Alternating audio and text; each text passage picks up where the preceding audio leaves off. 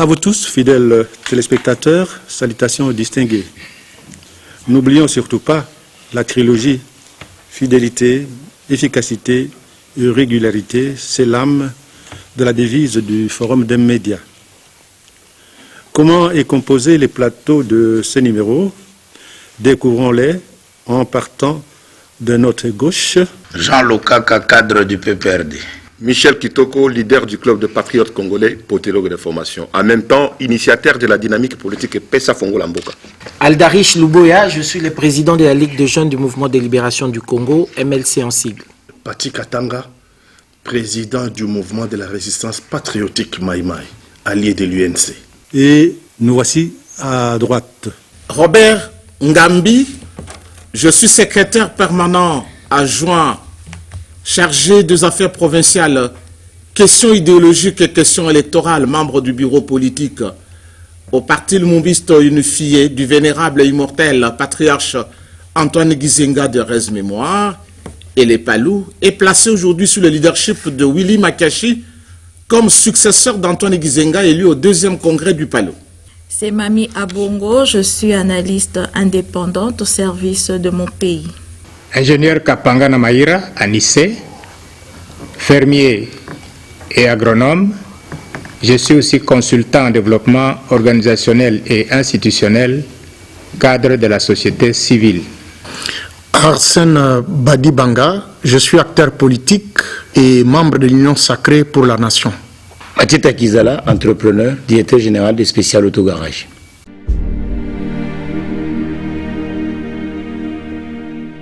Les sommaires. Commençons par l'actualité immédiate. Dans la semaine qui venait de s'achever, nous avons connu la journée du 8 mars, journée consacrée à la femme. Nous avons l'unique femme sur le plateau qui pourra nous dire en grande ligne comment est-ce que cette journée était passée, comment est-ce que la femme congolaise entrevoit cette journée. Et sur le marché, il y a surchauffe.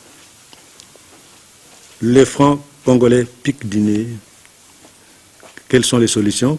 Nous allons vous parler d'un livre qui venait de paraître sous la signature du professeur Grégoire Bakandeja.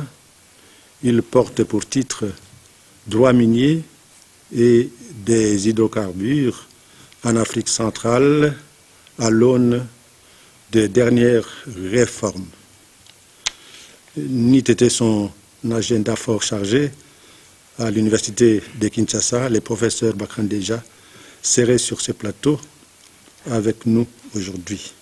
Ce n'est qu'une partie remise. En attendant que sa présence physique sur ce plateau les jours à venir, les professeurs nous a donné de grandes lignes de ce qui l'a motivé à écrire cet ouvrage. Et nous finirons, si le temps nous le permet, de parler du séjour congolaise de la délégation onusienne composée des membres de la Commission permanente des Nations Unies. Ils étaient à Kinshasa et à Goma. Voilà les sommaires. Et revenons à la journée de la femme. Madame Mambongo, comment est-ce que vous avez vécu cette journée, vous autres? Merci beaucoup pour la parole, Monsieur Noël. Je profite de votre plateau pour souhaiter un bon mois de mars à toutes les femmes congolaises. Le 8 mars a vécu et il y avait 2 thèmes. Il y avait le thème international.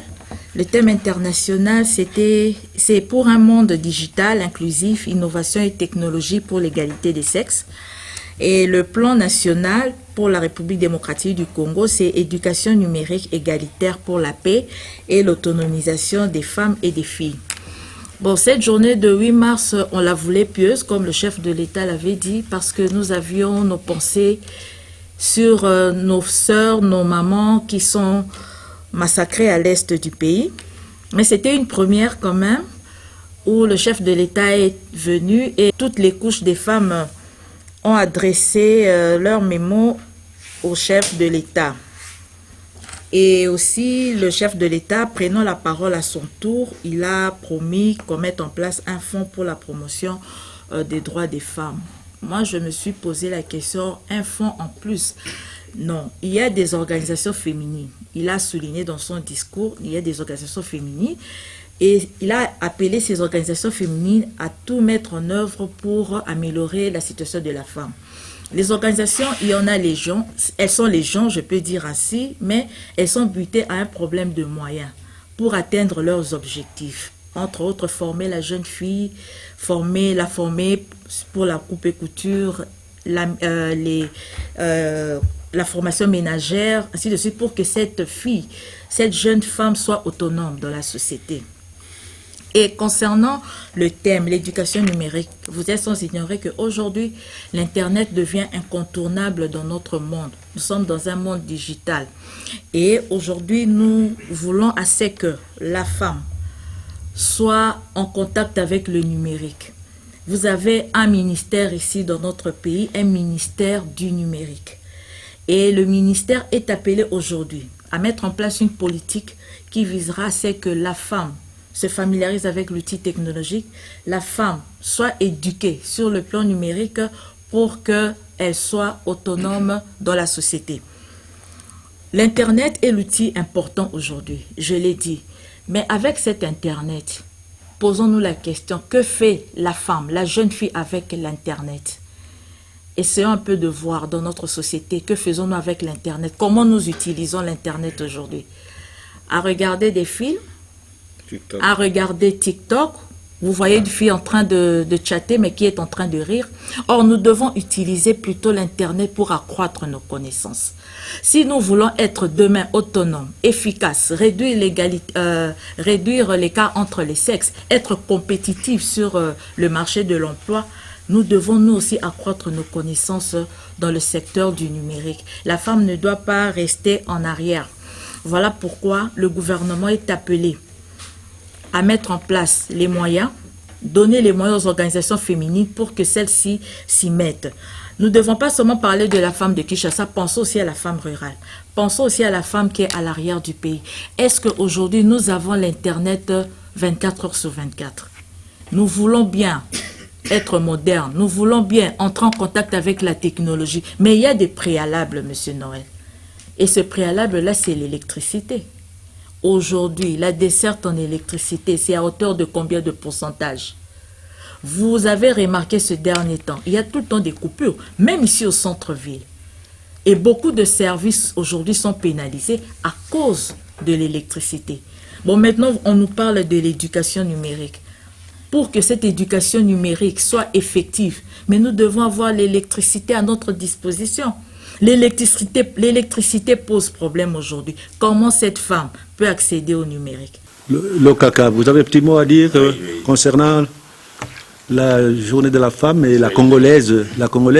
Oui, je vous remercie sincèrement.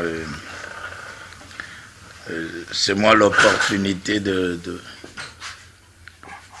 souhaiter... je ne partage pas le concept femme à toutes nos mamans.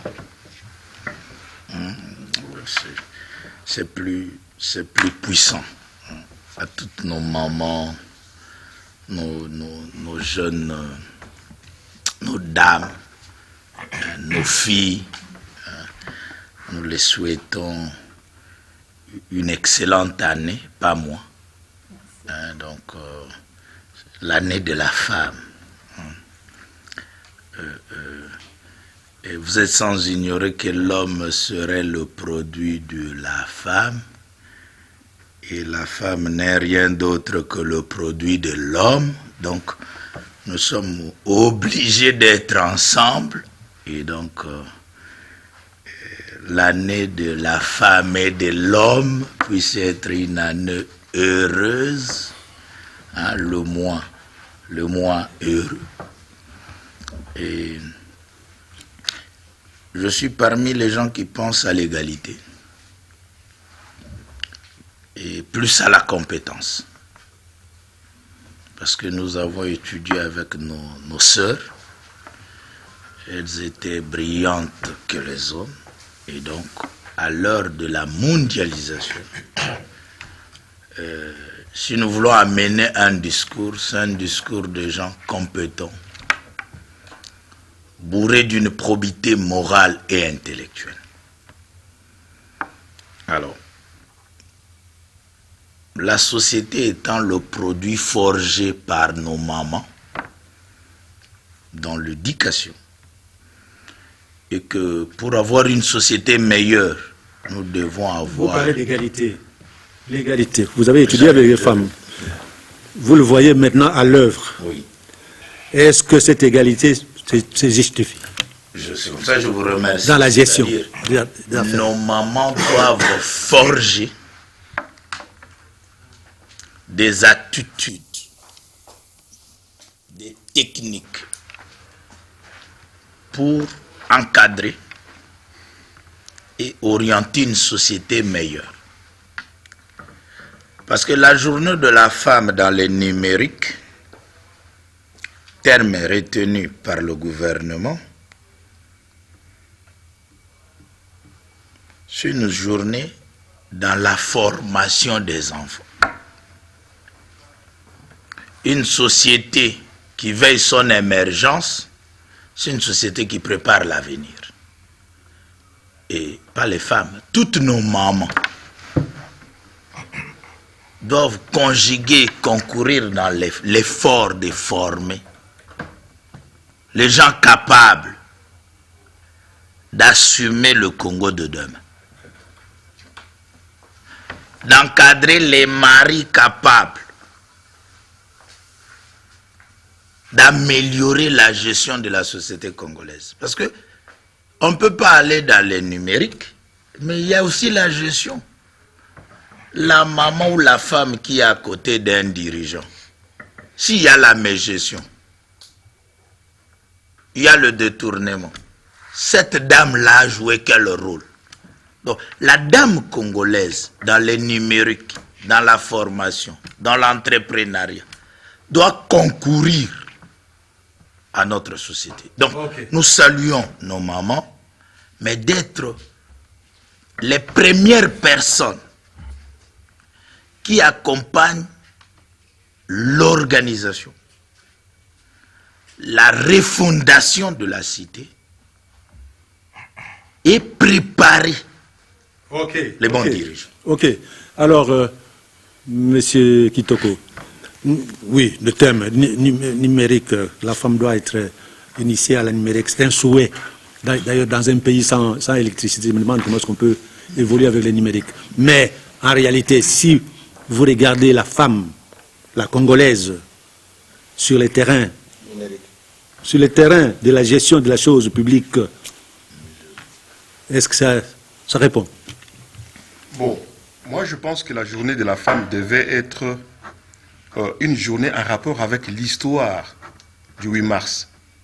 Parce que cette histoire-là, qu'on n'enseigne pas à la femme aujourd'hui, la femme congolaise, risque de passer aux côtés parce que lorsqu'on n'enseigne pas correctement l'origine de cette journée, ça risque de faire croire que c'est une fête pour les femmes.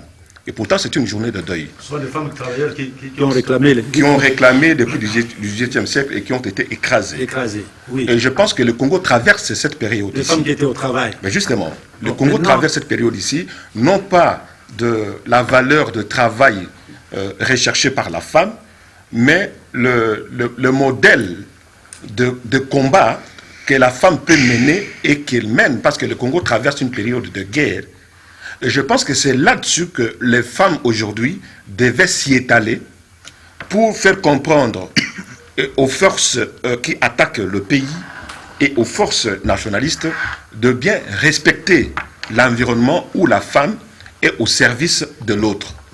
Et je pense qu'à ces rythmes aujourd'hui, elles peuvent atteindre l'objectif. Mon constat, c'est ça. Mon constat, c'est que j'ai l'impression que le système, soit le gouvernement, n'a pas tenu compte des enjeux réels de l'enseignement autour de la journée de la femme. Et ce sont des femmes qui devaient quand même connaître cette journée représente quoi. Et au travers de la connaissance que la femme aura de cette journée, qui permettra au gouvernement et à l'ensemble des femmes d'imaginer quelque chose de symbolique qui peut permettre à ce que aujourd'hui qu'on vienne à l'aide de la femme si elle n'est pas aidée. Parce que le Congo que nous avons ici aujourd'hui a des trous à tous les niveaux. Aujourd'hui, on ne va pas dire que valorisons d'abord la femme comme si ailleurs les hommes sont beaucoup plus valorisés que les femmes. Non. La femme a son rôle, elle peut être épousable, comme celle qui est célibataire, peut être aussi dans son rôle de célibataire en tant que citoyenne de ce pays, a le droit. Mais l'environnement dans lequel le pays se trouve aujourd'hui, avec la situation de guerre à l'est du pays, devait quand même me faire imaginer à la femme une directive qui permet à ce que les femmes trouvent un sens d'orientation qui permet à ce que les consciences soient apaisées et mener le combat dans ce sens-là.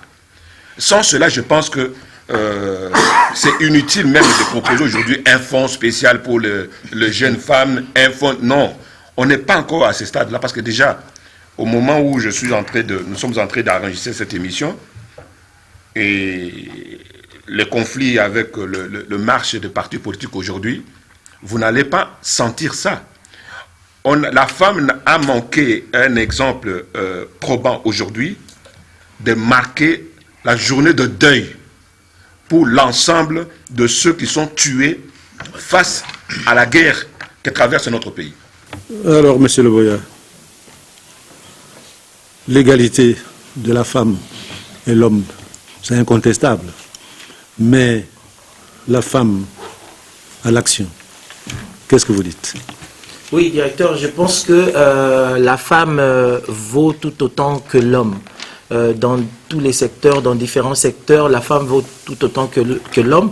Et d'ailleurs, il s'est avéré, parce que nous parlons du thème national et international sur la technologie, il s'est avéré que pour beaucoup, la femme a été, la matière grise féminine, permettez-moi les termes, a été porteuse de beaucoup d'innovations qui ont servi à l'humanité. Et vous avez dans les secteurs de l'aéronautique, par exemple, au niveau de la NASA, dans les secteurs de la communication, je disais que le Wi-Fi que nous utilisons a été l'invention d'une femme.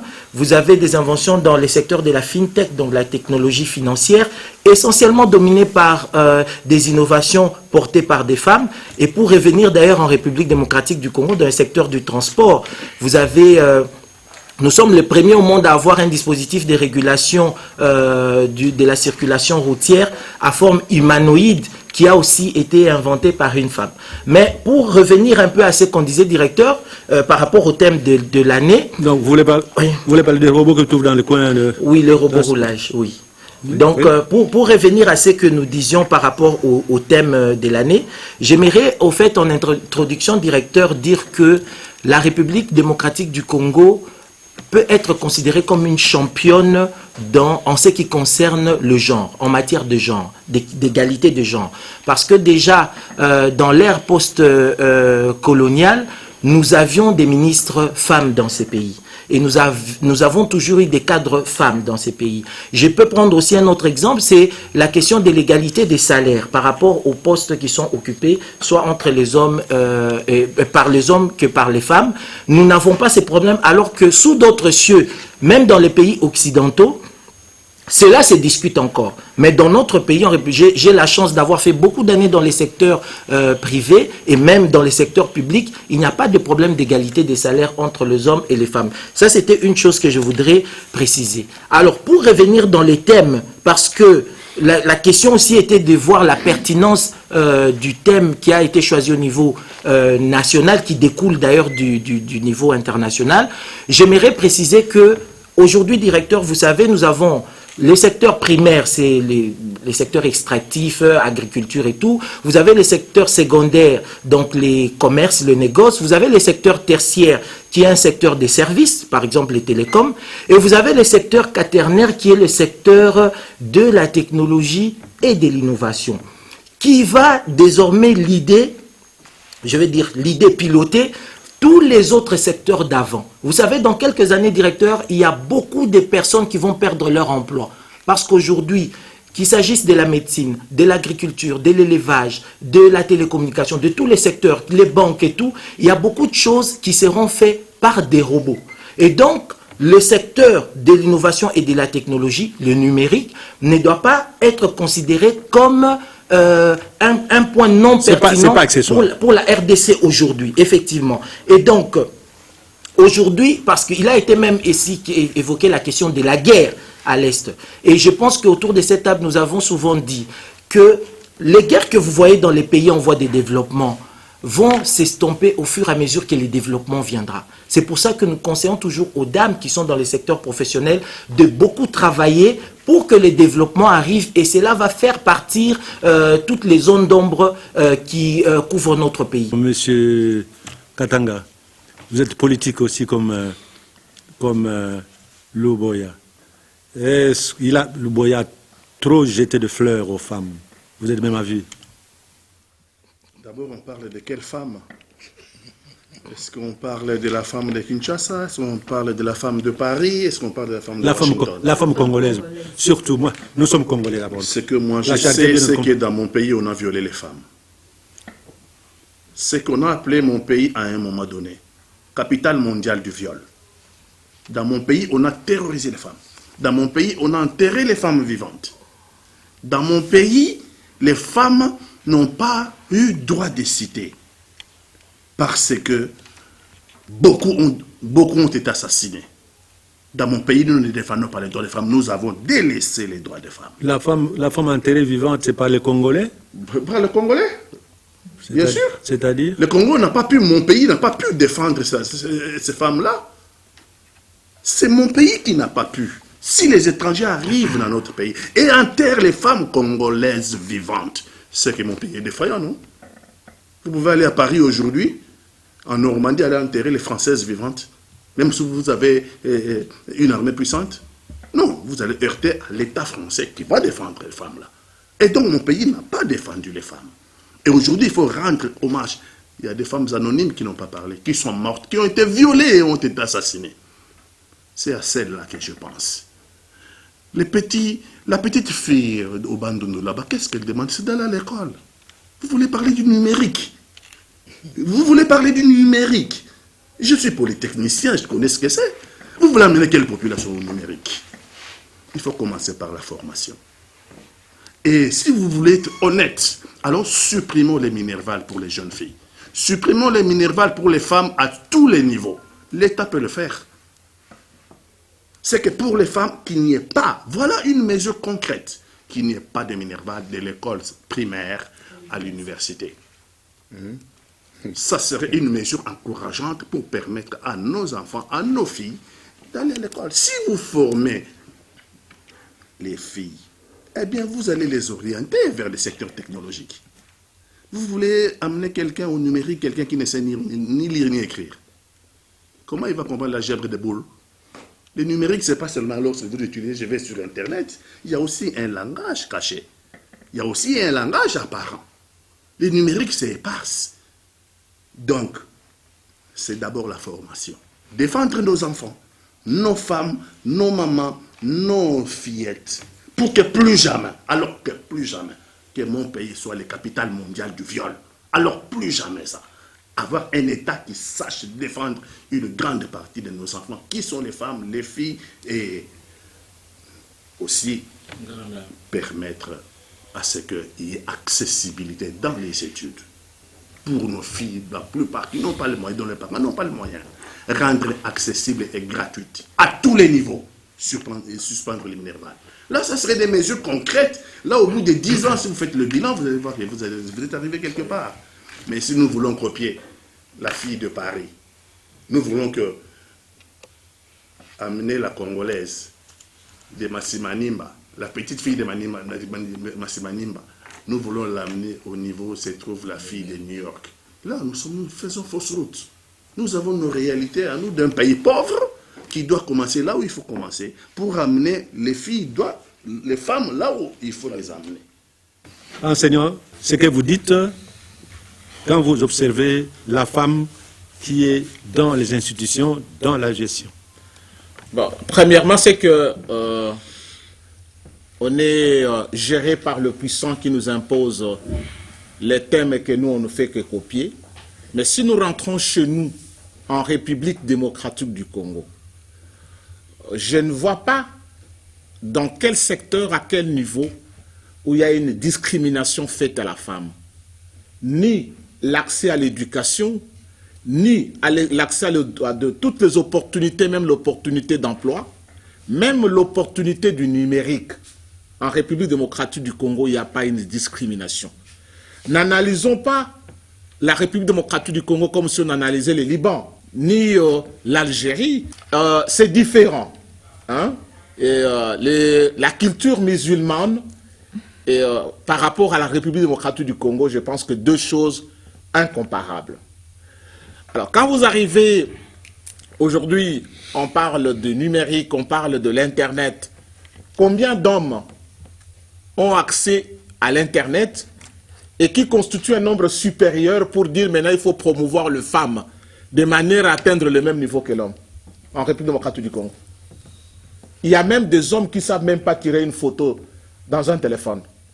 Même pas écrire un message, un texto dans un téléphone, plusieurs n'en savent pas. Il est analphabète. Mais donner un bongo, elle vous dribble.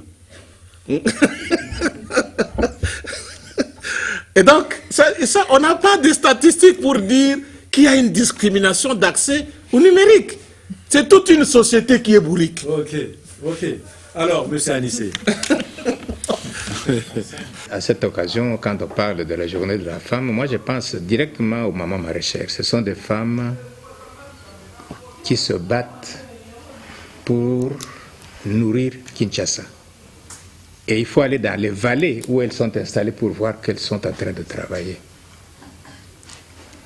Si on pouvait numériser aussi leur travail pour qu'on puisse, de mon téléphone, que je sache qu'il y a une dame qui est en train de produire des carottes à tel endroit pour que je puisse commander, ça c'est du concret. Elles sont en train de travailler et c'est vraiment des choses concrètes plutôt que d'imaginer les numériques dans l'espace, tout ça, bon, ça, moi je ne sais pas. Mais je crois que si je peux, un matin, en maniant mon téléphone, savoir que les tomates sont en train d'être vendues par telle dame, voici son numéro, voici, il faut cliquer ici pour pouvoir les commander, ça c'est des concrets.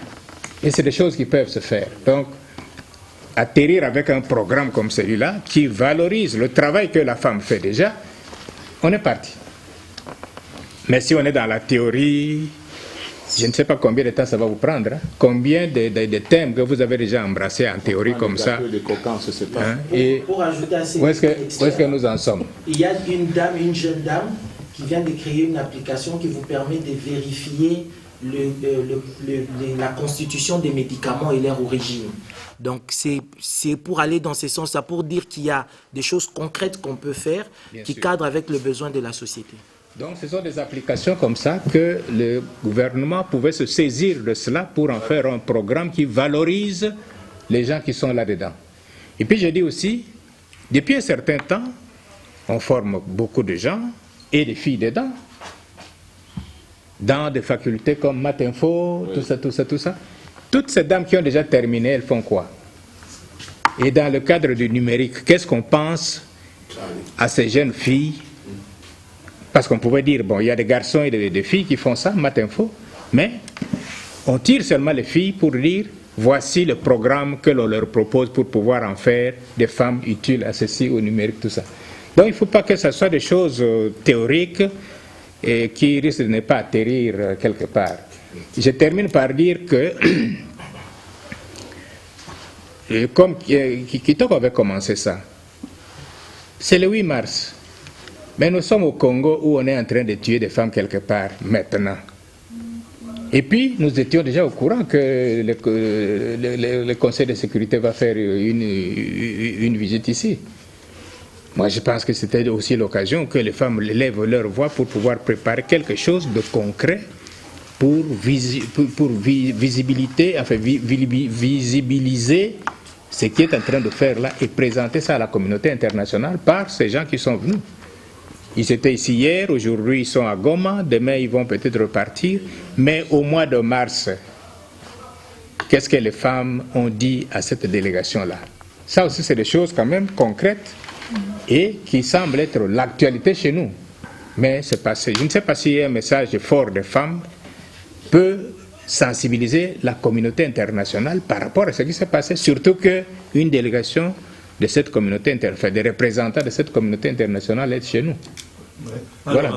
Merci beaucoup de la parole. Je profite de cette prise de parole pour souhaiter un bon et heureux mois à toutes les femmes du monde, surtout je pense aux femmes rurales qui à cette ère sont en train de se battre, comment nouer les deux bouts du mois, comment tenir la famille, comment changer ou contribuer à l'amélioration de leur quotidien. C'est à ces femmes-là que je pense parce qu'elles sont plus nombreuses que les femmes quinoises.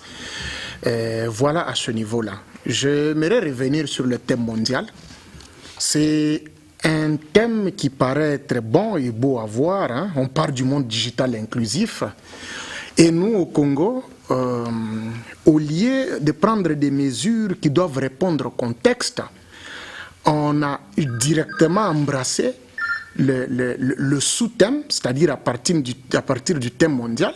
On a donné un thème sur l'éducation numérique égalitaire, facteur de l'autonomisation de la fille et de la femme, et l'autonomisation des femmes et de la jeune fille.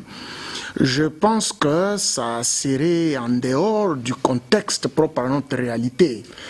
À ce stade, il y a des questions qu'on doit se poser. Est-ce que doit-on parler du numérique aux femmes qui doivent apprendre que l'égalité n'est que la conséquence d'une compétence pour avoir en fait la même place et les mêmes chances que l'homme?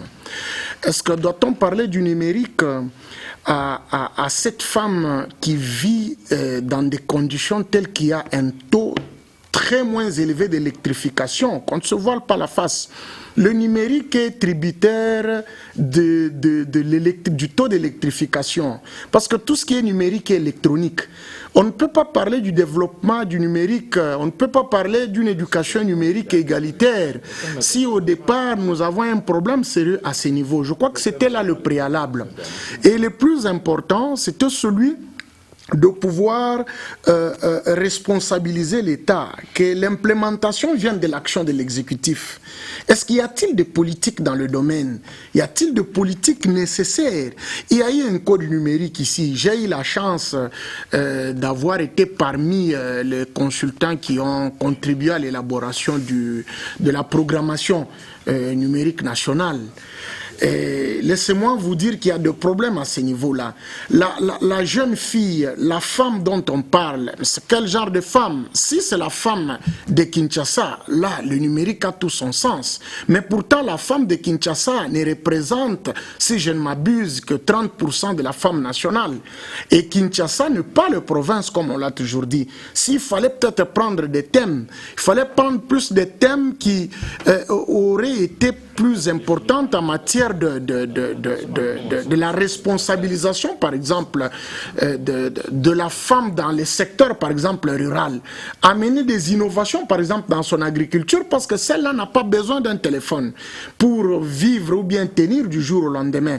Celle-là n'a pas besoin, par exemple, de l'Internet pour survivre, parce que le problème est déjà à ce niveau-là. Cette femme qui est massacrée du jour au lendemain, qui est violée et qui ne connaît même pas ce droit, celle qui se cache dans la maison et qui ne sait pas crier, qui ne connaît pas de quoi elle vaut, c'est tout ça le problème. Je crois qu'il fallait à ce niveau mettre de côté tout ce qui est lié au numérique, s'attaquer au problème de fond.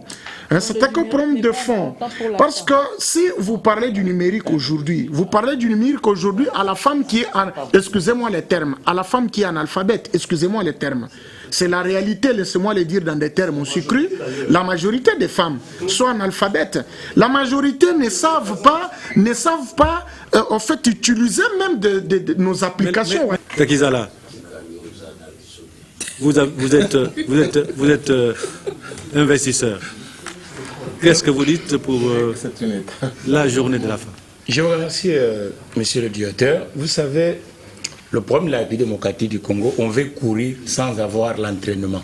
Vous savez, avant de faire le sport ou jouer au football, il faut s'entraîner.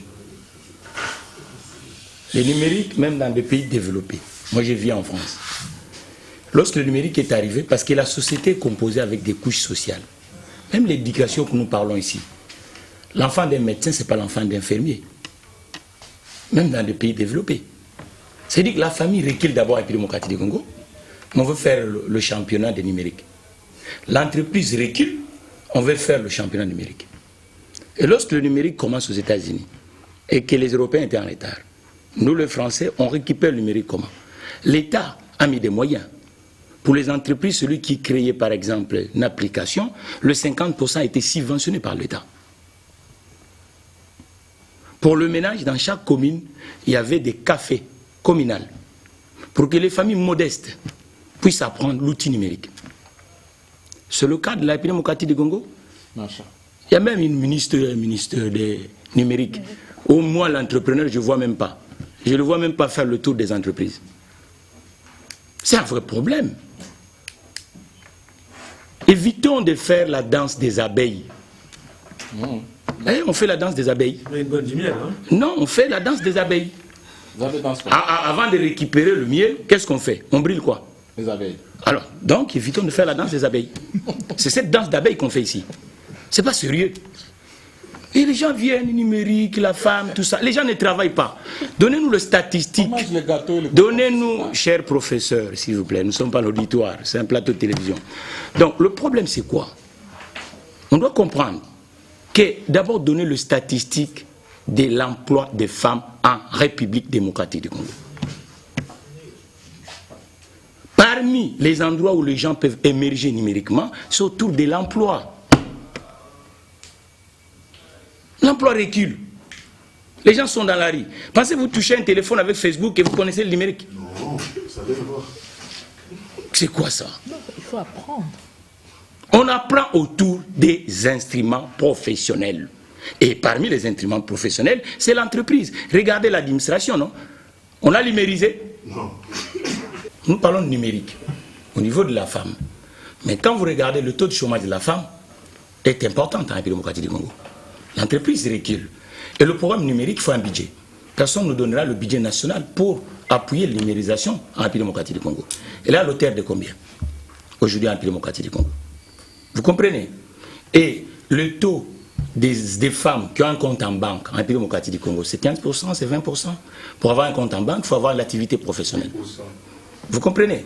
Donc, il y a beaucoup d'éléments. Aujourd'hui, nous ne devons pas se glorifier. Nous devons chercher à avancer. Nous disions qu'il y a un livre qui venait de paraître. Nous disions que notre économie est en train de piquer du nez, surchauffe sur le marché.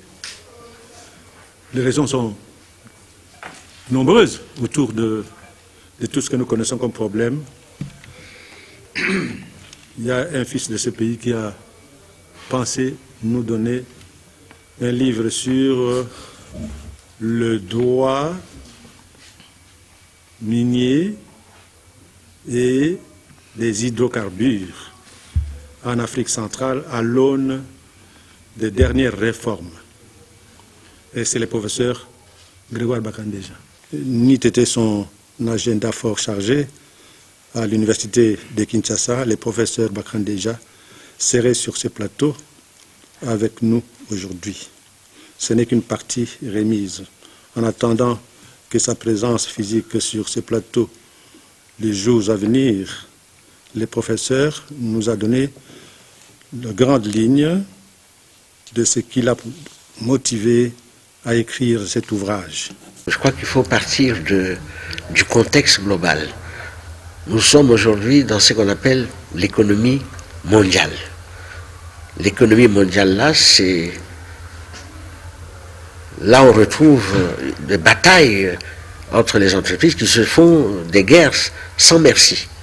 Et où il faut nécessairement savoir comment se prémunir et se comporter dans ce cadre-là. Alors, les mines et les hydrocarbures sont des éléments clés de développement, surtout pour les pays en développement, et notamment pour notre pays. Vous savez tout ce que nous avons comme potentiel, et ce potentiel est convoité par les autres. il faut avoir des règles qui permettent une exploitation judicieuse dans l'intérêt et à la fois des entreprises qui viennent, mais aussi et surtout de l'État et des populations. Voilà qui a motivé qu'on puisse expliciter un certain nombre de règles et des principes pour voir est-ce que ces règles sont appliquées correctement et proposer éventuellement des pistes de solutions pour qu'on atteigne les objectifs qui sont ceux principalement du développement du pays et de ses populations. D'abord, le code minier c'est celui de 2002. Hein. C'est un code qui a été élaboré dans le contexte de guerre. C'était pour la partie qui était sous contrôle du gouvernement. Les autres parties, qui MLC et le reste étaient occupés, il n'y avait pas ce code-là. Alors il fallait avoir un code, et comme on était dans une période de désinvestissement, vous savez, depuis les années 90, beaucoup d'entreprises avaient quitté le Congo, etc. Il fallait les attirer, et c'est dans ce contexte-là que le code a été élaboré, mais c'est un code qui a plus rapporté aux investisseurs qu'à l'État, parce que c'est un code où il y avait trop d'exonérations, et les produits sortaient de toutes parts sans nécessairement que ça profite au pays. Je donne seulement un exemple. Lorsqu'en 1990, on avait notre entreprise, la Gécamine, qui était là, qui produisait 400 000 tonnes, ça rapportait plus de 2 à 3 milliards à cette société qui était une société d'État, entreprise publique. Mais aujourd'hui, depuis les années 2016, 2017, 2018, on a parlé d'1 million de tonnes. Mais sur les 1 million de tonnes, le Congo, ou bien l'entreprise publique, n'a même pas produit 10 000. Et c'est ce 1 million de tonnes, ça a rapporté plus de 100 milliards de dollars aux entreprises. Mais au Congo, c'est à travers la fiscalité, ça n'a presque rien rapporté, même pas 10 milliards sur la période. Donc, c'est ça qui justifie qu'on puisse mettre en place des règles qui permettent au pays de se retrouver. Voilà le contexte dans lequel on a dû demander une réforme de certaines dispositions du code de 2002, et c'est ça qui a justifié le code de 2018. On a pensé y apporter quelques innovations. Les innovations, c'était lesquelles? La première innovation, c'était de renforcer le rôle de l'État, parce que les ressources étaient générées de tous côtés, mais ça profitait plus aux entreprises. Renforcer le rôle de l'État en décentralisant, par exemple, certaines compétences, prendre les compétences, accorder les compétences aux ministres provinciaux des mines. Et vous savez, quand on transfère les compétences sans contrôler, au niveau des ministères provinciaux, il y a des choses qui n'ont pas été réglées. Ça, c'est un exemple. Deuxième innovation, c'est demander aux entreprises de se conformer aux règles actuelles de protection de l'environnement en mettant leurs responsabilités. Responsabilité sociale pour que les entreprises répondent à certains droits qui sont dus aux travailleurs et liés à l'environnement. Troisièmement, c'est renforcer le taux de fiscalisation et d'imposition de certaines entreprises pour que les recettes que doivent payer les entreprises aux institutions puissent être réparties de manière un peu équitable entre le pouvoir central, les provinces, les ETD. On a même ajouté pour les communautés locales. Malheureusement, pour les communautés locales, on ne peut pas contrôler, ça va dans les poches des chefs de ces collectivités locales. Troisième innovation, et quatrième innovation, c'est par exemple le fait de régler le problème de... On avait parlé de capturer les plus-values qui sont dues aux entreprises, que ça soit partagé équitablement avec l'État. Et puis il y a la clause de stabilité dont on a parlé. Clause de stabilité, ça veut dire que toutes les sociétés qui opéraient ne payaient pas d'impôts pendant 10 ans. On a ramené ça à 5 ans, sans nécessairement déterminer à partir de quand on va commencer à l'appliquer. Et vous savez qu'il y a eu beaucoup de problèmes pour cette clause de stabilité. Et enfin, il y a l'obligation qui était faite à toutes les entreprises de se conformer à la nouvelle loi. Or, d'autres se basaient sur des conventions pour continuer. Et comme par le passé, on a l'exemple avec les contrats chinois qui ne se conforment pas à cette loi-là. Voilà donc en quelque sorte les innovations qui sont apportées, mais l'objectif c'est de permettre une distribution équitable des revenus qui proviennent des ressources qui sont en fait des ressources de l'État, mais qui deviennent des ressources des entreprises. Parce qu'il y a un hiatus qu'on n'a pas voulu régler. Vous savez, la loi Bakajika, qu'est-ce qu'on disait? La terre appartient à l'État, ça veut dire tout ce qui est au Congo appartient. Mais est-ce que c'est une réalité? Ce n'est pas une réalité. Parce qu'il y a certaines lois qui sont venues après, qui font que les ressources qui sortent du sol ne sont plus la propriété de l'État, c'est la propriété de l'investisseur qui a injecté les fonds. La solution, c'est de faire prendre conscience aux décideurs politiques que chaque fois qu'il faut élaborer des textes, il faut recourir à l'intelligence. Vous savez, ce qui est légal relève de l'intelligence économique. Ce qui est illégal relève de la barbouzerie et de l'espionnage. Et c'est la situation que nous connaissons au Congo. Ce qui est légal n'est pas appliqué parce que ça relève de l'intelligence, mais ce qui est illégal, c'est ce qui fait que les gens exploitent des ressources dans tous les domaines, et puis ce n'est pas contrôlé, et c'est ça qui nous cause d'ailleurs toutes les guerres que nous avons, ce sont les guerres d'appropriation des ressources. Nous avons des ressources rares qui sont recherchées, qui sont stratégiques. Nous devons savoir les protéger. Mais pour les protéger, c'est à travers les lois. Quand c'est bien écrit, quand c'est bien contrôlé, on utilise l'intelligence nécessaire pour protéger le patrimoine. Ce ne semble pas être le cas en ce qui concerne le Congo, parce que avec toutes les pratiques que nous avons, la corruption, la concussion, ça fait l'objet de l'actualité. Moi, je n'ai pas grand-chose à dire, c'est simplement de faire prendre conscience aux décideurs qui ne décident pas pour eux seulement, qui décident pour la nation. Et comme tout le monde est mortel, nous devons laisser à nos progénitures des textes solides à partir desquels on peut construire un Congo. Et pour construire un Congo fort et tout ça, il faut se protéger, et la plus grande protection, c'est à travers les textes. C'est pourquoi il ne faut pas signer n'importe quoi. Quand nous allons dans beaucoup nous avons des problèmes maintenant parce qu'on nous oppose des textes que nous avons signés. Ces textes ont été peut-être signés par les gens qui dormaient, parce qu'ils n'ont pas vu qu'il y avait des pièges. Je donne un cas. Tous les Congolais, tous les politiques se réfèrent à l'accord d'Addis Abeba. Mais qu'est-ce qu'il y a dans cet accord? Personne n'a jamais compris ce qu'il y a dans l'accord d'Addis Abeba. Quelles étaient les motivations de cet accord? Parce qu'on dit qu'il y a des causes. On dit qu'il y a des causes identitaires. Mais est-ce qu'il y a des causes identitaires au Congo? Il n'y en a pas. Mais pourquoi on a mis causes identitaires et maintenant on relève le problème de ce que vous appelez les Banyamulenge? C'est causes identitaires. Il y a causes sur les ressources naturelles. Mais les ressources naturelles appartiennent au Congo. Pourquoi on doit aller chercher des causes sur les ressources naturelles? Il y a des questions foncières. On vous dit qu'il faut faire des réformes. Mais les réformes, ce n'est pas la région qui va le faire, mais les réformes, ça doivent être faites au Congo. Mais pourquoi on a fait ça? On dit qu'il faut aller dans les administrations. Alors maintenant, vous signez d'autres accords pour...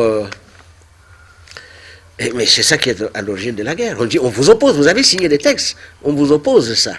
Mais ceux qui avaient signé, s'ils étaient plus intelligents, ils auraient dû comprendre que c'était un piège.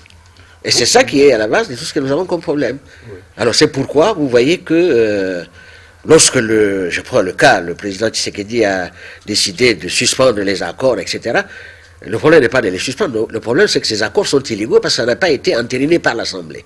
En réalité, on devait les jeter à la poubelle. En ce moment-là, on va recommencer, traiter sur le même pied d'égalité avec ceux qui vous font la guerre. On ne peut pas imposer des obligations à quelqu'un qui est agressé sous prétexte qu'il faut résoudre le problème régional. Nous avons beaucoup de régions en Afrique où il y a eu des guerres. Nous avons eu le Libéria, Sierra Leone, mais quand on a réglé ce problème... L'Angola aussi. Oui, je parle d'abord de ça. Est-ce qu'on a réglé ce problème en disant on va réunir les États de la région pour voir quelles sont les obligations? Non. Nous avons l'Angola, qui avait aussi des problèmes de guerre. Ça a été résolu, il n'y a pas de problème. Mais pourquoi au Congo? Pour résoudre des problèmes qui sont liés à l'agression, on doit faire appel aux étrangers pour régler le problème. C'est parce qu'on avait perdu les capacités de résistance. Je vous ai dit que dans le monde de la mondialisation, il ne faut pas reculer. Si vous reculez, on va vous prendre tout ce qui vous reste. Voilà, il faut une prise de conscience de la part de nos hommes qui veulent gérer le pays, parce que pour gérer le pays, il faut s'entourer de toutes les intelligences pour avoir des chances de réussir. Je prends le cas du pétrole, par exemple. Hein, on dit, nous avons une loi maintenant qui s'est adaptée sur les anciennes lois, et je vous ai dit que en 2009, j'ai écrit un ouvrage sur les mines et les hydrocarbures, et on avait proposé là ce qu'on appelle les contrats de partage de production. Quand vous êtes dans un contrat de partage de production, ça veut dire l'investisseur qui vient, il amène des fonds, vous aussi, vous mettez des fonds, même si vous ne mettez pas de fonds, mais par le droit de souveraineté, vous pouvez avoir 30% des ressources, des recettes qui proviennent de l'exportation de cette ressource rare. Mais ce n'est pas le cas chez nous.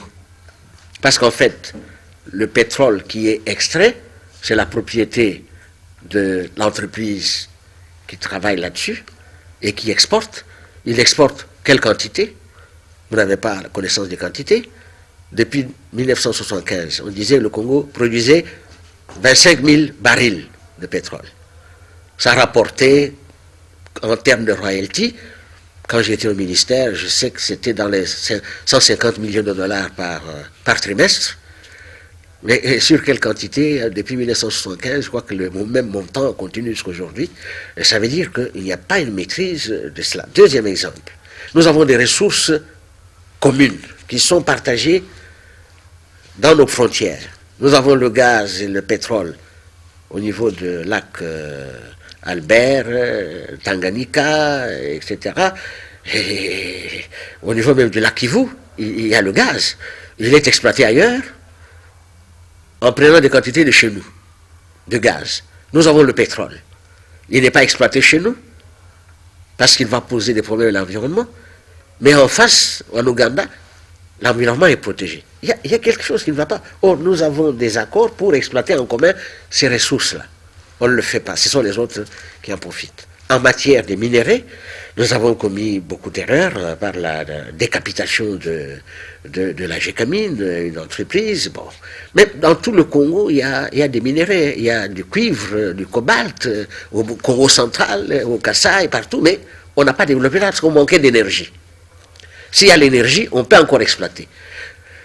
Mais pour nous, il faut l'exploiter en respectant les règles établies par les États. Il ne faut pas exploiter en ayant des règles imposées par des gens qui viennent de l'extérieur, qui se croient en territoire conquis. Donc il faut renforcer le rôle de l'État. Et ce rôle, c'est à travers la recherche de financement. Les financements sont partout.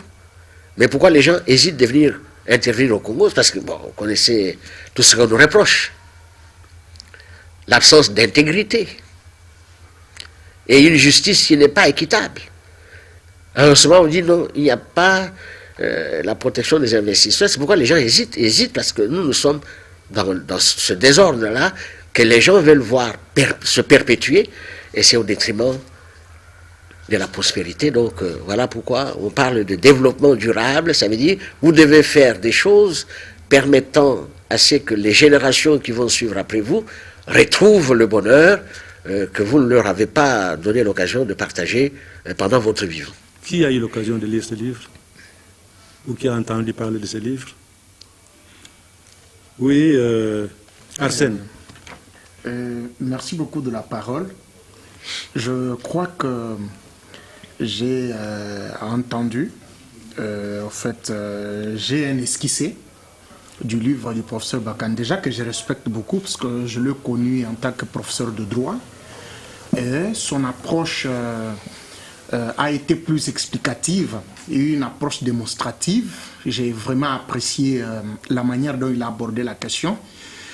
Et le point sur lequel je suis d'accord, c'est le simple fait qu'il dit que le code minier a été élaboré dans le contexte des investissements C'est-à-dire, depuis 2002, nous étions dans un contexte de guerre. Il y avait l'MLC d'un côté, il y avait le RCD, il y avait tous ces chefs, en fait, tous ces belligérants, excusez-moi d'utiliser ces termes, parce qu'il y a des sensibilités sur le plateau. L'idée, en fait, c'était ça. On a élaboré ce code minier. L'histoire reste l'histoire. Hein. À l'époque, les MNC existaient, en rébellion. MLC. MLC, et puis le code minier a été RCD et tout ça. Oui, en fait.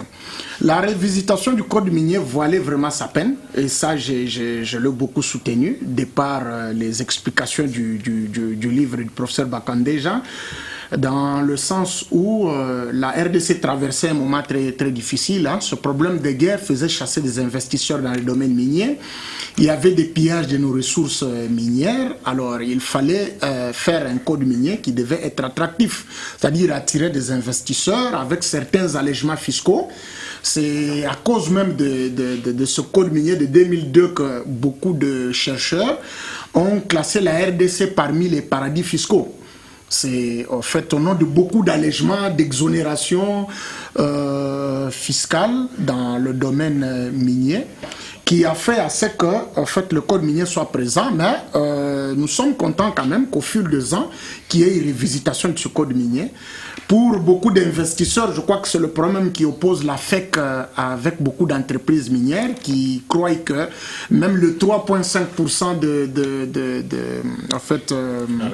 de la redevance minière a été un petit peu une exagération. Mais quand nous jetons un coup d'œil aussi au code minier américain et français, on se rend compte que nous sommes trop bas, même malgré le 3,5% de la redevance minière. Les autres sont à 7, 8, même voire 10%. En fait, c'est un peu à ce niveau-là. Mais il y a un côté que je n'ai pas apprécié du livre. C'est le côté où il n'y a pas d'éveil de conscience. Parce que, ne nous trompons pas, la RDC a des mines. La RDC est un scandale géologique comme les autres l'appellent. Mais la réalité qui est certaine, c'est que nos mines ne sont pas éternelles. Voilà le premier fait. Vous voyez, en comparaison avec l'Arabie Saoudite, avec Dubaï aujourd'hui, qui constitue en fait le côté du globe qui attire beaucoup de touristes, c'est qu'ils ont compris que, vu que leur pétrole, parce que le professeur Bakandeja a parlé aussi des hydrocarbures, vu que leurs hydrocarbures n'étaient pas éternels, vous comprendrez que la raison qui a eu même à ce qu'on puisse construire l'hôtel le plus luxueux du monde, c'est en prélude de tout ce qui était comme prédiction par rapport au pétrole qui allait finir.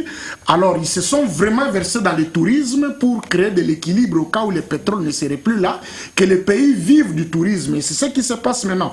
Nous constatons qu'il suffit qu'un jeune au Congo, après une année de travail, il met de côté son salaire pour aller à Dubaï et il dépense tout son argent. Je crois que c'est cette approche que le professeur Bakandeja devait développer dans son ouvrage.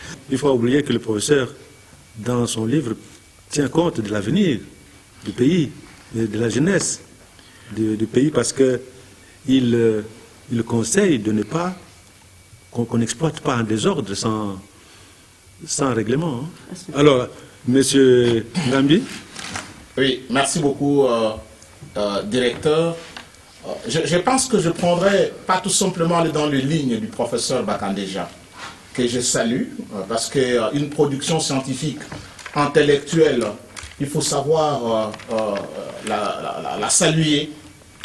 Beaucoup plus de courage au professeur. C'est un professeur, je crois qu'il doit déjà être un mérite ordinaire, donc beaucoup de salutations. Mais la problématique de ressources naturelles, qui soient des hydrocarbures ou d'autres minéraux que la République démocratique du Congo détient, je pense que l'approche n'a jamais été bien abordée pour le développement du Congo et pour le développement de son peuple. Le professeur Bakandeja revient sur ça, mais toutes les réformes du Congo qu'on mène sont menées dans le cadre de l'environnement des crises, où le Congo est en état de faiblesse et sur le plan financier comme sur le plan d'autres, et on vous fait subir la volonté internationale des investisseurs constitués autour des clubs de Londres, clubs de Paris, qui viennent vous imposer Mobutu l'a connu en 1973 avec, après la zaïanisation, l'économie tombe en chute. On vous dit, voilà, il faut libéraliser le secteur, il faut un code d'investissement attractif.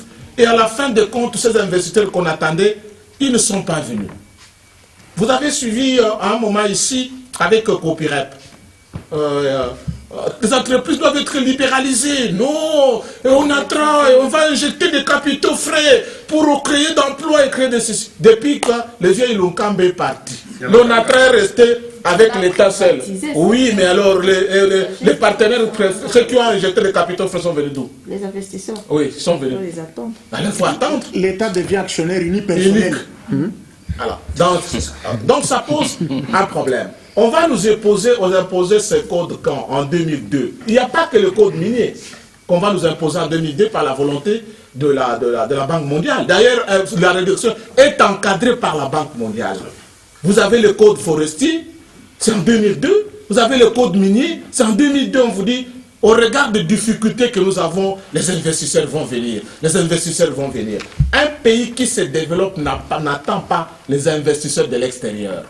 Mais tout dans nos têtes là, on dit comme si les investisseurs sont quelque part. Dès que vous dites venez, ils commencent à courir pour venir. Vous avez le code de l'agriculture. Vous avez déjà vu les investisseurs venir? Mais c'est pas que des politiques. Parce qu'on vous dit, au Congo, il n'y a pas un Congolais qui fait les chiffres d'affaires dans l'agriculture. Mais ça reste un secteur primaire, comme l'a dit, d'extraction là. Et porteur aussi. Mais ça ne vous crée pas des emplois. Ça ne vous crée pas de riches. Ailleurs, aujourd'hui, la gestion de ces secteurs est mise qu'on y injecte dans chaque société qui va investir. Vous amenez un chiffre investir au Congo, on vous dit 30% des parts de votre société, c'est ouvert aux Congolais. Qui intègre, qui avec ce 10 000 et tout ça, et vous créez des capitalistes congolais qui vont demain perpétuer, ils peuvent même réinvestir et avoir des sociétés. À part la Gécamine qui est en faillite aujourd'hui. Quel est le Congolais par le fait de l'attraction de ce code qui est devenu aujourd'hui propriétaire d'une société d'extraction de cuivre ou du cobalt au Katanga ou au Kolwezi maintenant qui fait l'attraction de tout le monde. Maintenant même il y a des pays africains qui font la course au Lualaba. L'Afrique du Sud. L'Afrique du Sud. Il n'y a pas que l'Afrique du Sud. Namibie, Angola, Zimbabwe, Tanzanie. Tout ce que nous avons aujourd'hui, quand vous dites dans le cadre de corridors, chaque port va être annexé au Lualaba pour transporter le cuivre et le cobalt. Dans ce secteur, justement, le professeur Bagandé, si vous avez lu, dans ce secteur, il a constaté des faiblesses. Et c'est ces faiblesses qu'il voudrait compléter par ses réflexions. Oui, c'est bien, et ça saluer. En livre, on commence toujours, c'est une réflexion intellectuelle scientifique. Ok, ça salue. Alors, Mami Abongo. Merci beaucoup, Monsieur Noël. Sincèrement, je n'ai pas lu ce livre, mais entendre ce que Monsieur Arsène vient de dire tout à l'heure, vous savez, dans le cas de la diversification de l'économie, nous ne devons pas nous focaliser sur un secteur.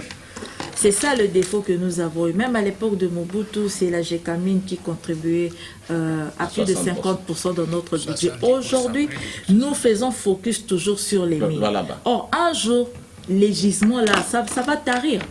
Et à la place, qu'est-ce que nous aurons? D'où on doit diversifier l'économie, toucher aussi d'autres secteurs. Par exemple, l'hydrocarbure. Il y a eu un appel d'offres où on a demandé aux investisseurs de venir investir dans ce cadre pour utiliser, concernant les 27 blocs pétroliers. Depuis juillet de l'année passée, blocs pétroliers et gaziers. Depuis juillet de l'année passée, mais jusqu'à ce jour, je voudrais voir les investisseurs. Je ne pense pas que le monde puisse manquer les investisseurs qui viennent ici explorer le gaz naturel, qui est d'abord en quantité supérieure. Et les Congolais qui viennent aussi investir. On m'a parlé lorsque j'étais au Katanga qu'il y avait certains individus qui voulaient créer des mining. Mais ils sont souvent butés à des problèmes de financement.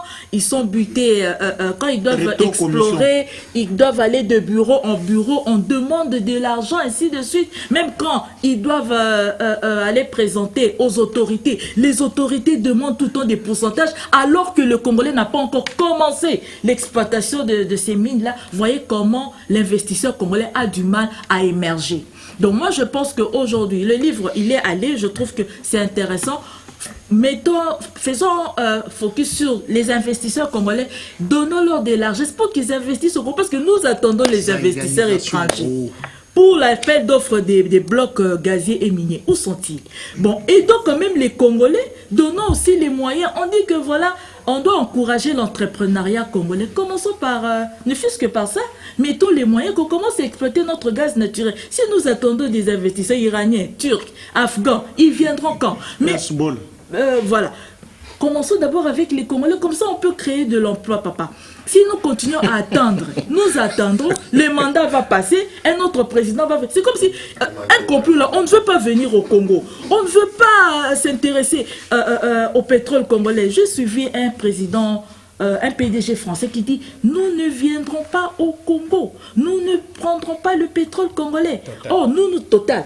Oh, le pétrole congolais, c'est le pétrole le plus raffiné, le meilleur et c'est lourd aussi. Plus que même celui d'Arabie Saoudite. On ne fait pas, voilà, on ne fait pas cas à notre pétrole, on ne fait pas cas à notre gaz naturel, mais qu'est-ce qu'on veut? Qu'on reste pauvre. Alors, que pense M. Katanga? Moi, je pense que je remercie les professeurs qui ont écrit, parce que les Congolais, comme dit la Bible, mon peuple périt par manque de connaissances. Ouais. Amen. Nous avons oublié l'écriture parce que nous sommes astreints à survivre chaque jour. Et lorsque un de nos compatriotes écrit vraiment félicitations, je pense que je vais chercher les livres pour les lire. Oui, il faut absolument lire. Oui. Mais le problème des ressources naturelles du Congo sont très complexes. Parce que nous-mêmes, les Congolais, nous n'avons pas maîtrisé ces secteurs. Mobutu disait, j'ai vu certains de ses collaborateurs qui sont encore vivants. Dans le secteur des ressources minières, Mobutu disait Botika biloko otango bana barotanga place. Et c'était la réaction de Lingala. Il dit Botika biloko otango bana barotanga place. Mobutu estimait qu'on n'avait pas assez de connaissances pour commencer. Et les conséquences, Mobutu n'a pas donné de carré minier. La notion du carré minier est née après Mobutu. Vous remarquerez, je pense que le professeur doit le dire aussi dans son livre. Lorsque Mobutu part, il y a moins de 10 contrats miniers avec les entreprises, enfin avec les multinationales. Moins de 10. La focalisation, c'était Jérémy. Parce que Mobutu craignait lui-même qu'on puisse céder de carré minier et que nous ne puissions pas mesurer ce que nous avons cédé. Ils estimaient que nous n'avons pas assez de connaissances en termes technologiques pour pouvoir. Et lorsque Mobutu est parti, on a dépecé le Congo avec ce code minier de 2002. Oui. Le code minier de 2002, en fait, c'était, oui, pour faire venir les investisseurs. Mais en réalité, c'était pour mettre en pièces les secteurs miniers. C'est partager le gâteau. C'est partager le gâteau. Ils sont venus.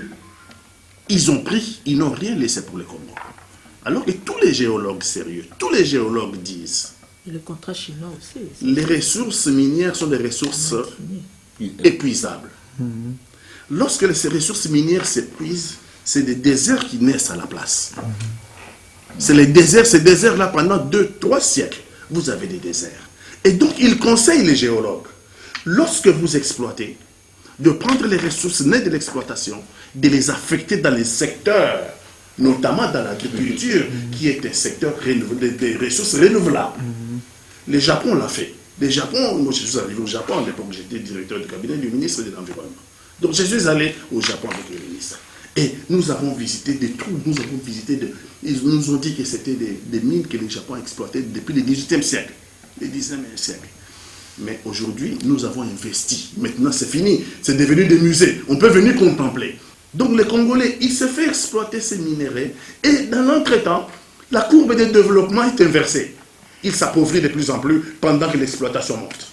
Ça pose un problème sérieux. Ça pose un problème pour les générations futures. Même les pays africains comparables. L'Angola, pour ses hydrocarbures, l'Angola a investi 5 milliards pour les générations futures. Dans un fonds qu'on a appelé le fonds angolais. L'argent investi, je crois, au Koweït, en Arabie Saoudite. Sur les marchés boursiers. Oui, pour les générations futures. Nous, pour les générations futures, je me pose des questions. Est-ce que tous les humains pensent à leur progéniture. Sauf les Congolais qui ne pensent pas à sa progéniture. Alors, monsieur Luboya, qu'est-ce que vous dites de... Directeur, je pense que je ne vais pas m'étaler sur l'analyse du livre, mais je vais plutôt rajouter à ce qui Les professeurs ont donné les grandes lignes. Les grandes lignes. Oui, oui. Hein? Effectivement, et je pense que dans son ouvrage, il a d'ailleurs évoqué une chose que nous avions dite autour de cette table il y a quelques années sur les revenus générés dans les secteurs des mines. Mais je vais en venir.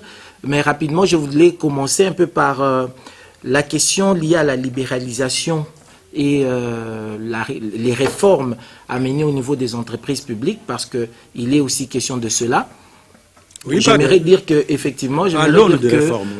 Quand on parle des réformes, par exemple, quand on change, on modifie la structure juridique d'une entreprise, ce n'est pas seulement question de rendre une entreprise commerciale pour que les investisseurs viennent.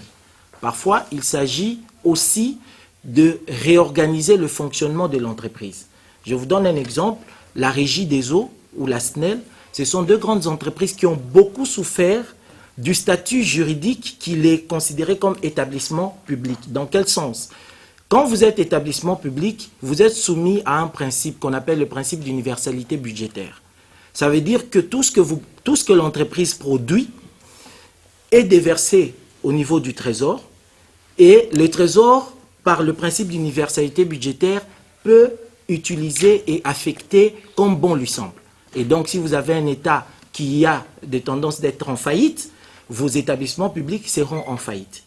Alors que quand vous faites de la Régie des eaux et de la SNEL des entreprises commerciales, l'État, bien qu'étant actionnaire majoritaire, d'ailleurs unique, parce qu'il n'y a pas encore eu d'autres actionnaires qui viennent dans les secteurs, l'État ne peut consommer que les résultats nets. L'État ne va pas prendre toutes les recettes générées par cette entreprise pour les affecter comme bon lui semble par le principe d'universalité budgétaire. C'était juste une introduction pour dire que la réforme... Oui, c'était juste pour dire que la réforme, je pense que nous avons déjà beaucoup parlé de la Régie des eaux, qui est un thème que je maîtrise plus ou moins, et nous savons que la Régie des eaux génère beaucoup d'argent. Mais ce qui a souvent posé problème, c'est un problème de gestion ou des mécanismes de fonctionnement. Voilà. Alors, c'était juste une introduction, mais parce que nous parlons aussi des libéralisations directeurs, bien que nous soyons des libéraux, nous avons personnellement toujours avancé le fait qu'il y a des secteurs considérés comme secteurs stratégiques qu'on ne peut pas libéraliser, notamment les secteurs des mines. Aujourd'hui, pratiquement toutes les mines, les minéraux connus, hein, les minéraux stars que nous avons, parce qu'il y a beaucoup de minéraux au niveau de notre pays, nous avons du plomb, il y a beaucoup de choses, mais on n'en parle pas. Aujourd'hui, nous avons des minéraux stars dont nous parlons, et ce sont des minéraux stratégiques pour l'avenir, pas de la RDC, pas de l'Afrique, pas du monde, mais de l'humanité tout entière. Et je ne pense pas qu'il soit bien indiqué que nous puissions libéraliser en disant, s'il y a des investisseurs qui veulent exploiter le lithium ou le cobalt, qui sont des minéraux dont dépendra l'avenir de toute l'humanité, que nous puissions les libéraliser. Je pense qu'il y a des secteurs miniers, le secteur même de l'environnement. Je ne pense pas qu'aujourd'hui, on puisse parler des crédits carbone en pointant des individus. Parce que vous savez qu'en matière de crédits carbone, il y a beaucoup de gens qui ont acheté des étendues de terres dans notre pays et qui bénéficient des crédits. Je considère que c'est hautement stratégique. Autant que pour les secteurs de l'eau. Nous avions alerté l'autre fois ici, la loi sur l'eau. Est-ce que vous savez que la loi sur l'eau aujourd'hui permet à un étranger de venir et de se consacrer une étendue d'eau dans notre pays pour l'exploiter? Pour moi, ce n'est pas admissible parce qu'aujourd'hui, il y a les déserts du Kalahari qui montent, les déserts du Sahara qui revient. L'eau est une matière hautement stratégique. Alors, monsieur Kitoko, vous avez lu Bakandéja? Oui, vous savez, j'ai lu Bakandéja, mais je l'ai suivi encore davantage par le canal de médias. Je me suis rendu compte d'une chose, c'est que aujourd'hui, mon pays, le Congo, n'est pas très informé sur la situation qui se passe au travers du monde avec le mine. Parce que tout simplement, si le Congo était pensif, si le Congo, nous puissions raisonner sur l'utilité de nos minéraux que nous disposons ici, on aurait dû mettre en pratique la formation au niveau de la jeunesse pour comprendre ces données stratégiques.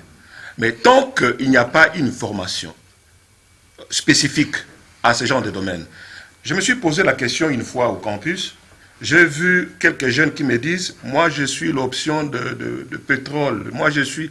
Ok, mais suivre l'option de pétrole sans avoir vu les gisements pétroliers, juste c'est comme si une histoire qu'on est en train de raconter à l'enfant et dont la pratique lui sera difficile, même le stage lui sera difficile.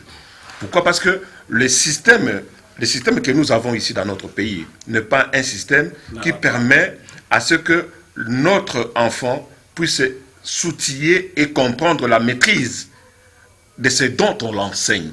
Et là, c'est une, à la limite, c'est une narration qu'il faut peut-être corriger autrement. Mais maintenant, en termes de correction, Noël, parce que là, je vais terminer ce chapitre, en termes de correction, je pense que le niveau où Bakandeja a montré la donne, notamment avec le code minier le plus récent, mais le code minier le plus récent a remis au peuple congolais son droit.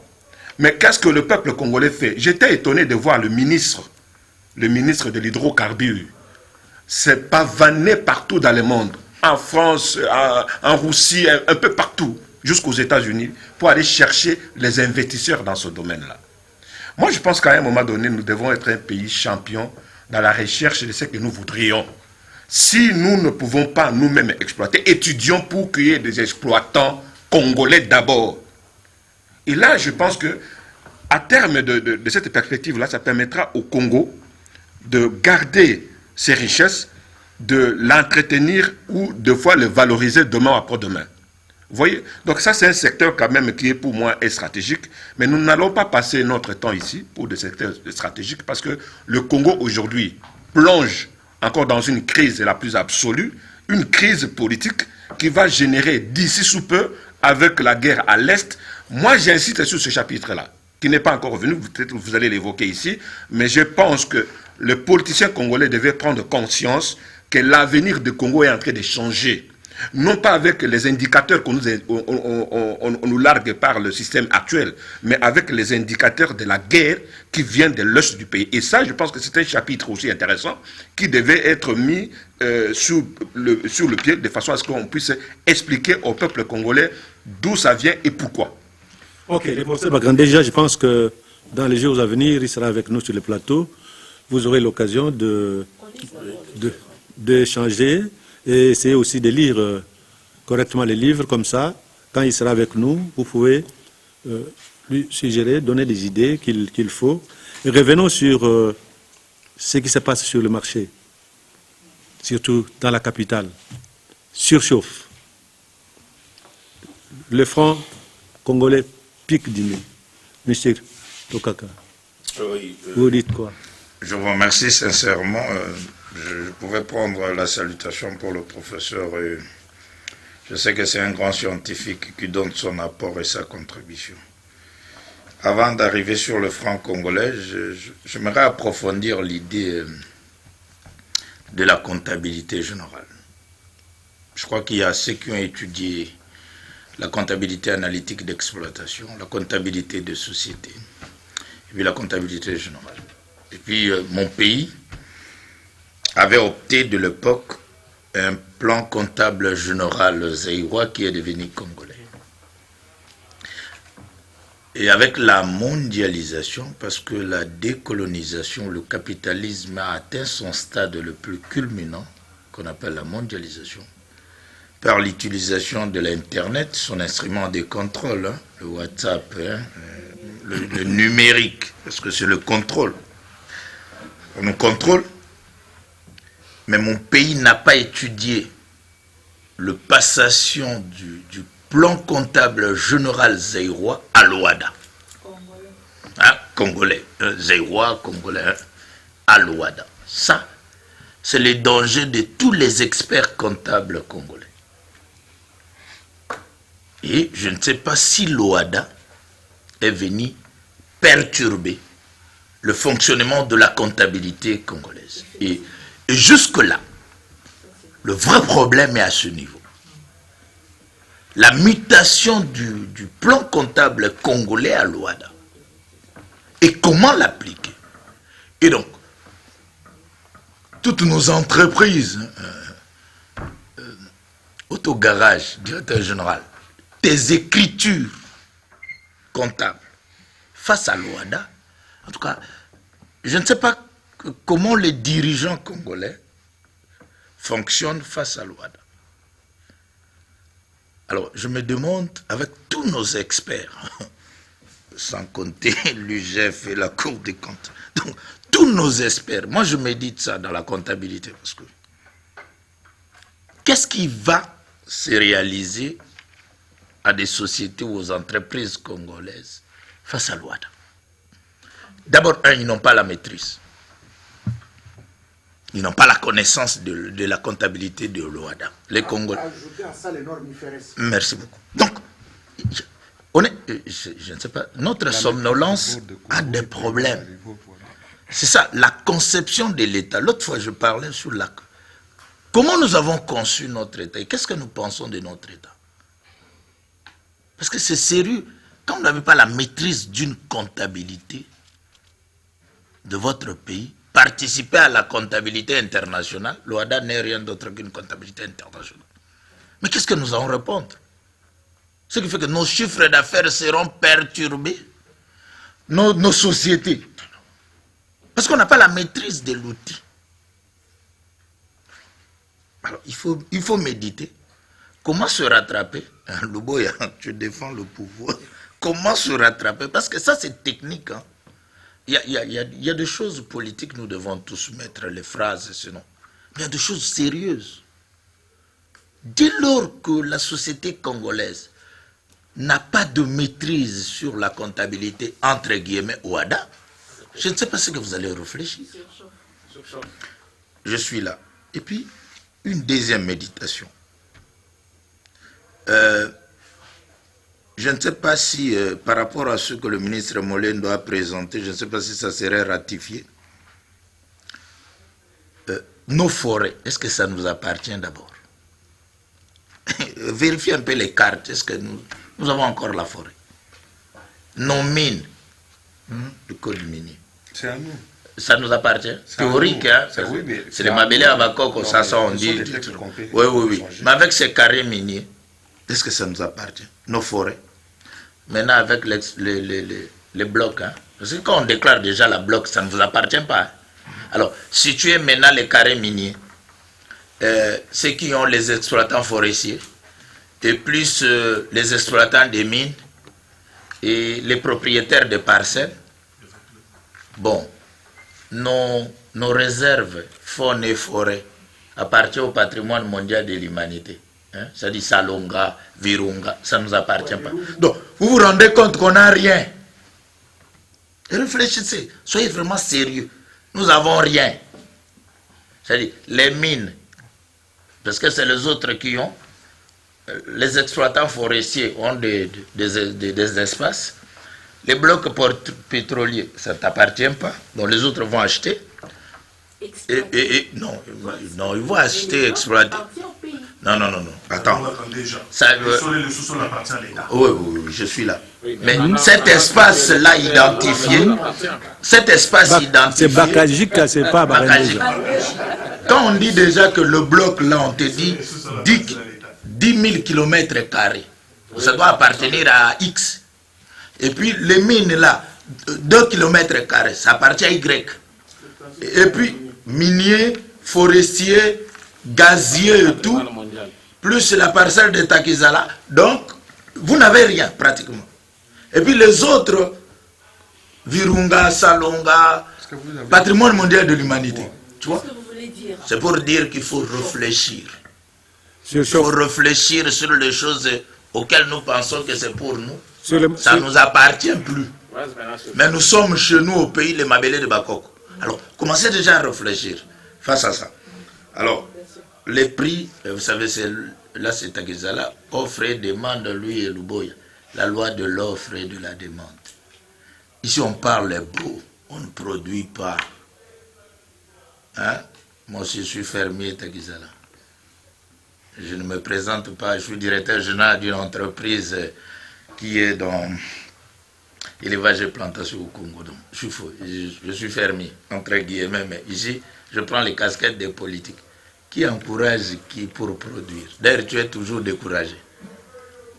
Alors, puisque vous êtes fermier, pourquoi est-ce qu'il y a surchauffe sur le marché? Voilà, c'est ce que je dis, l'offre et la demande.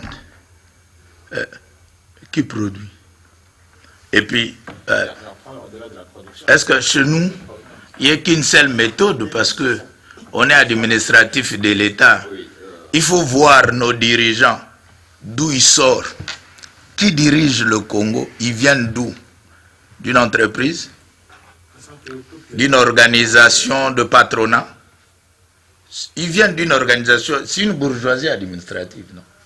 Alors, la production, ils recourent à la planche à billets. Et comme conséquence, je ne vais pas entrer dans la comptabilité. J'ai dit, notre société recourt à la planche à billets. Et comme conséquence, il y a du problème. C'est comme ça que je dis, si nous pensons orienter l'État, hein, repenser l'État, quel serait le type de notre État? Le Boya, nous, quand tu dis déjà État libéral, c'est grave. Je pensais l'eau et l'électricité, l'eau, l'électricité, le logement, dans des pareils états. Hein? Et donc, le secteur de l'eau et de l'électricité. Il faut lire l'histoire. Le feu maréchal Mobutu avait réuni.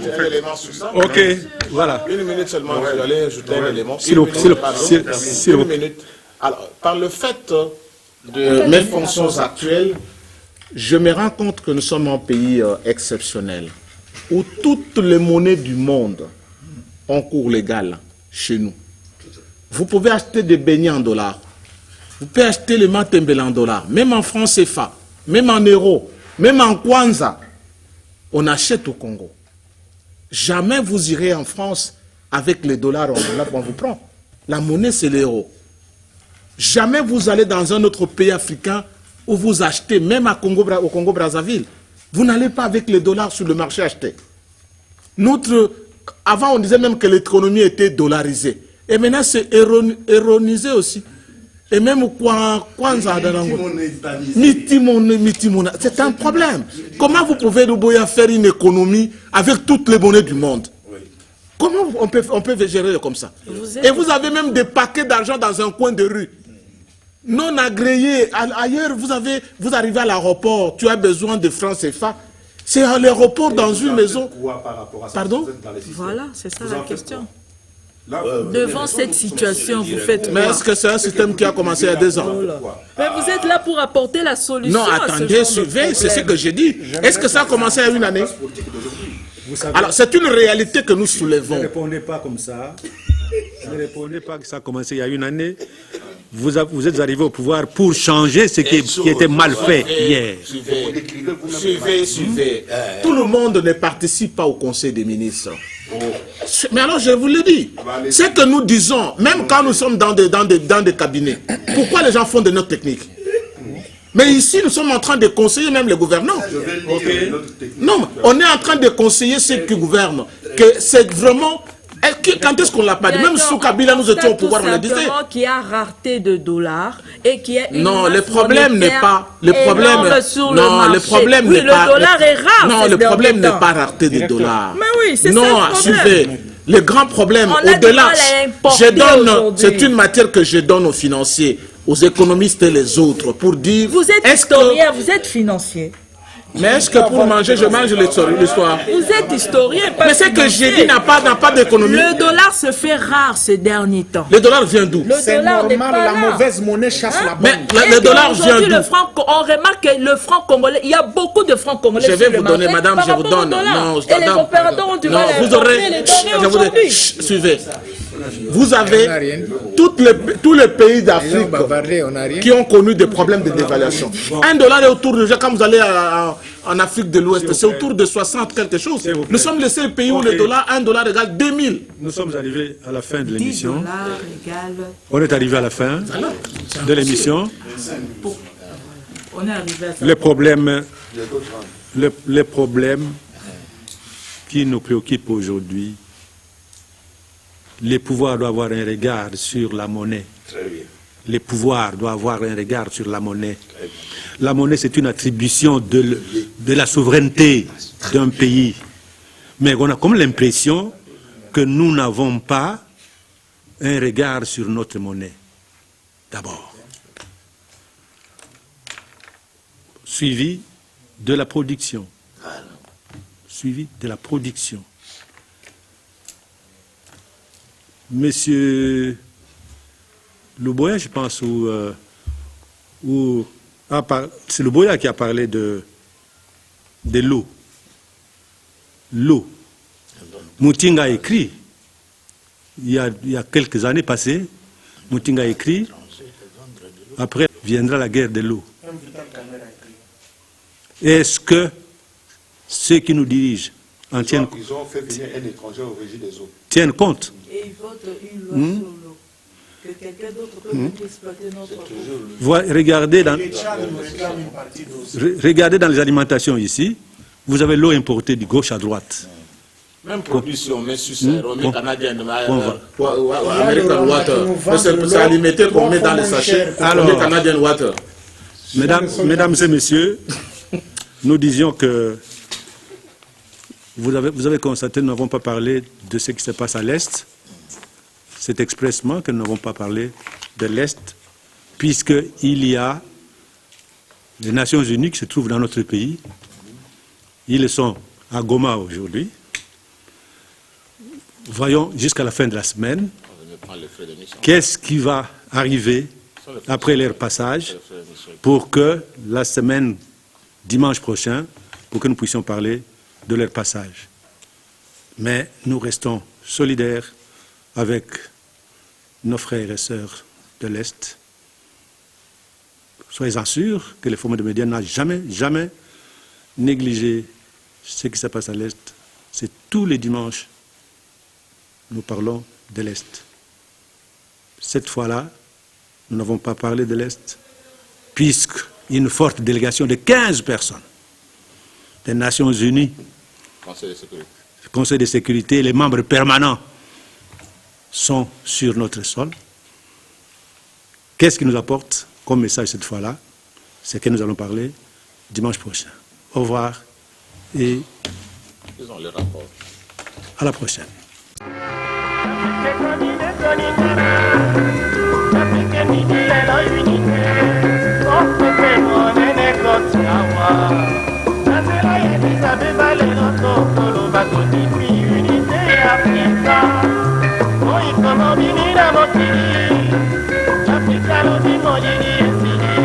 Bande koto tika bosmane, naboyo kani bodiso na tebo.